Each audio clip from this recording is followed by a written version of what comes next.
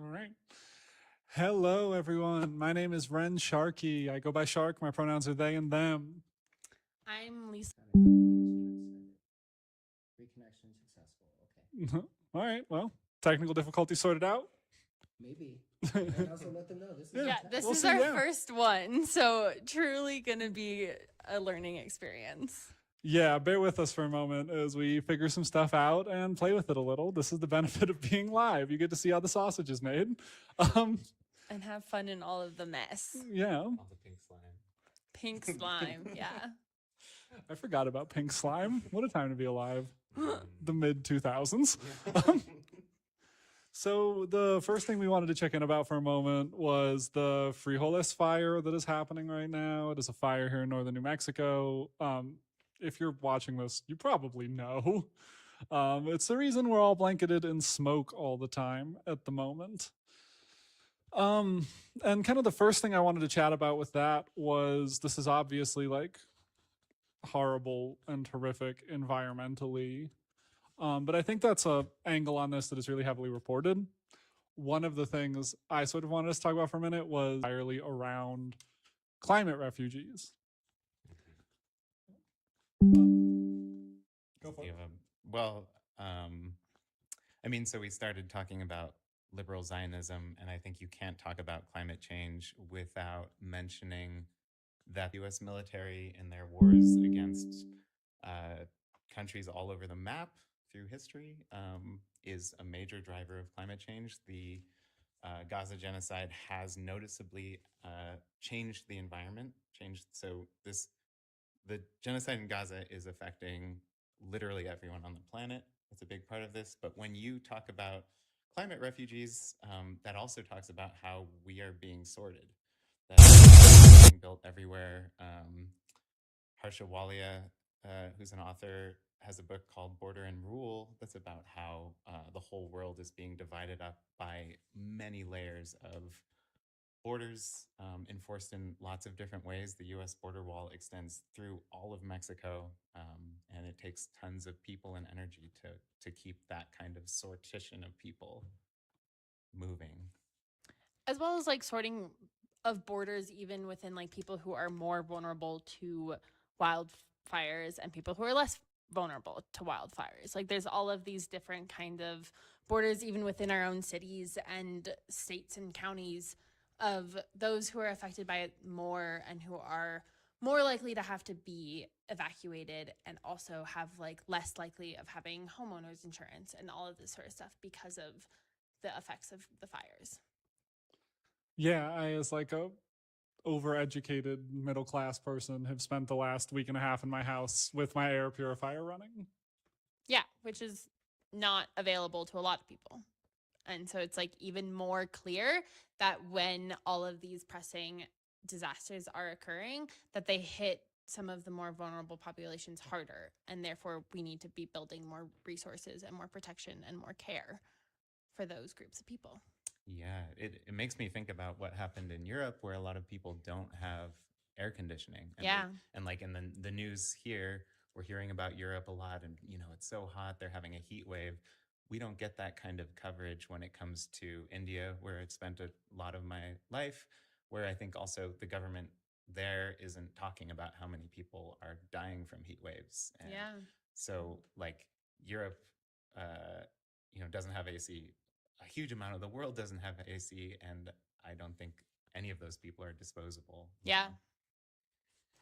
Yeah, and I think that's true globally and true locally and true in your specific neighborhood, that like there are going to be people on your block that don't have AC, that don't have the environmental support they need to like suffer this, in the grand scheme of what's to come, somewhat small catastrophe.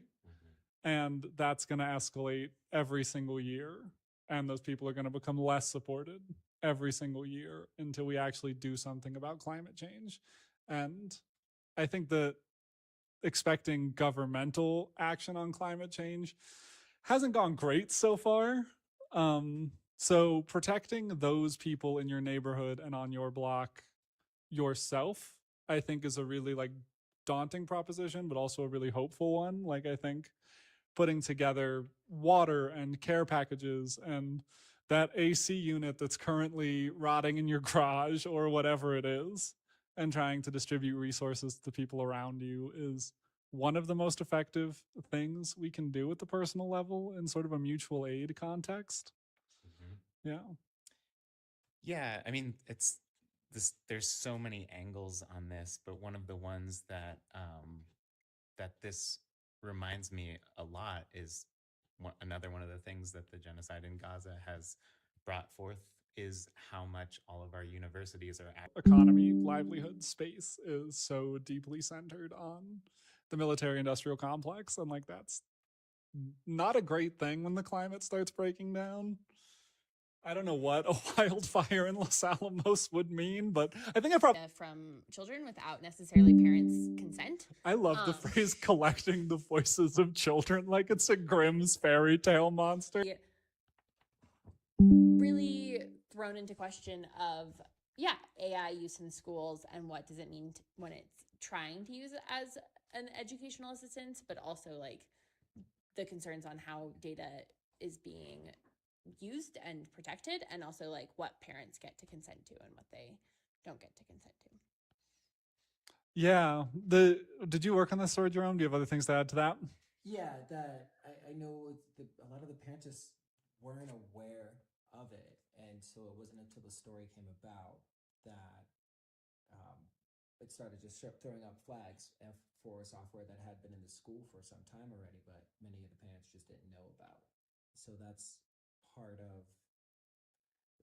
it's a big part of the concern as well. It's like, what are we not being told about? Showed up and had a great effect.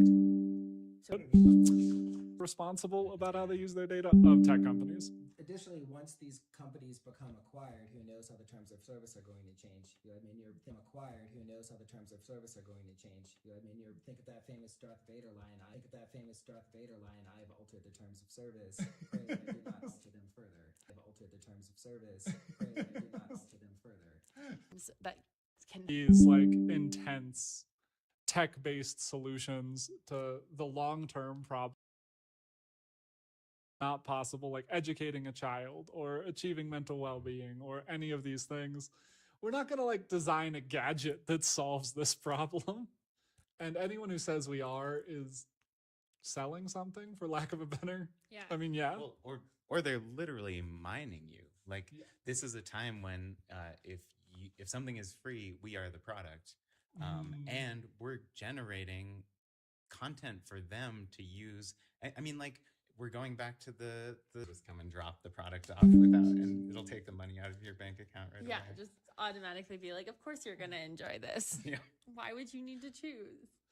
Yeah. And for the sake of time, AI is bad, and we'll now be moving on. So the next thing I wanted to talk about, just before we get into the main chunk of what I'm going to be interviewing you on, is the recent vote at City Council to approve a $2.1 million drone project for the Santa Fe Police. Are we all enjoying that? How are we feeling about that? Only if I get to play with the drone too. Yeah, it should be our drone. Yeah, if it's owned by the city, does that all mean we can just like rent out and go fly it? You heard it here first. More women drone pilots is what Lisa was looking for. Yeah. I mean, Oh, yeah. I mean, I think the city police budget is about 20% of our city's annual budget. It's 19%.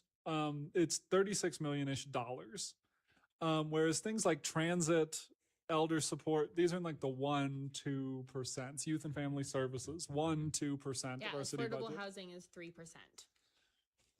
And I just really am interested in, if you are an American, you spend most of your money buying bullets and body armor in some variety.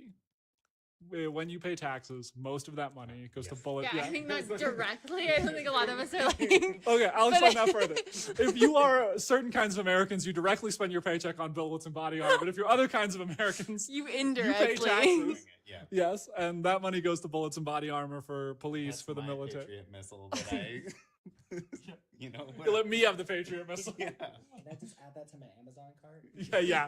You'll think of a Patriot missile and then one will come. 300th of a Patriot missile with all of my taxes for the year. And that's Does this drone keep us safer? Does it prevent things from getting worse? I think that what prevents things from getting worse is housing and addressing climate change and feeding people and making sure that people are healthcare not desperate. and Yeah, making a exactly. better living wage and all of that sort of stuff. Yeah. And that's really the catch-22 of policing, right? Like either crime is bad and we need more money, To or punish it, to not to prevent it, to punish it because it's bad. or crime is low and we need more money because we've been doing such a good job and we're such good boys. And those are the only two options for how police interact with funding. And not only that, but what drives crime statistics? It's police interactions with community. So if you need higher crime in a neighborhood, you Just can send be someone involved. and then make the thing more broad, and then there's more crime there. You know, we don't have an accountability mechanism for seeing whether these are things that make our community safer. And because of that, like, because we don't have that accountability mechanism or really true oversight of the police department here in Santa Fe, it's crazy to keep on just giving the police a bigger budget and signing off on more stuff without building that infrastructure and really making sure that whatever we do have is being utilized properly. And it's crazy for all of like, I think the thing that like really kind of struck me was the fact that all of this feels like it's kind of happening behind the scenes and under cloak and dagger, and like people are not necessarily aware of like the increase of the police budget and how much like all of this technology and surveillance and all of this sort of stuff has been grown and has been utilized by the police department. And also that this money, I mean, like the city council and the mayors, the people who voted yes for this, are showing us where their priorities are at. Like they could be spending their time in making sure that we have money for affordable housing, for services for unhoused neighbors, for food assistance, for increasing the living wage, for being creative and buying buildings and using them in ways that like benefit communities rather than business, or like rather than like large businesses or gentrification. But instead they're just signing off on another $2 million for drones for the police department, and there's not a whole lot of community input, and there's not a whole lot of like it doesn't feel like it's well known for people, and so that also feels a little bit shady to me. Yeah, and like $2 million could be a like viable operating budget of a local nonprofit. Yeah, Like very it could easily. be a shelter that that could help 30 to 50 people. Yeah. But instead, the argument is we need this to lower response times from 4.5 minutes to 3 minutes or whatever. I'm pulling those numbers out of nowhere. Yeah. But that is like the actual argument that like we need to cut a little bit off our response times for $2 million. And it's also, I think, like an argument of it is protecting the people who have signed up to put themselves in situations of either being a part of the police department or the fire department, which is like a risky job, and we don't have to get into that, but it is choosing I'm just like, it's choosing some people's lives over other people's lives. Like it's choosing, like like when talking about safety, there's always a preference that is put on like police officers' safeties and making sure that like they don't physically have to be there because they can just send a drone in. But like, what about construction workers or nurses, which are much more risky? Yeah, or what about the person who's actually in that situation? Like they're in that thing, or like there's just like all of there's just like, it's like always put in like, how can we protect their lives versus being like, let's protect like more vulnerable populations' lives, or like versus people, and also like how are we protecting the lives of people who get shot by officers and like all of that different things. That's never part of really